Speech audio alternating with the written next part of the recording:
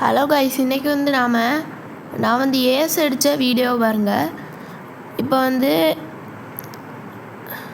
நான் வந்து எனிமியை தேடி போகும்போது ஒருத்தனை பார்த்துட்டு அங்கே அந்த சைடு வந்து 3 பேரும் ரஷ் அடிச்சுட்டு வந்துட்டாவ.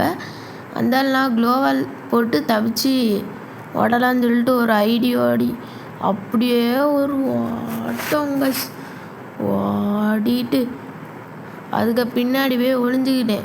இப்போ பாருங்க கேம் பிளே.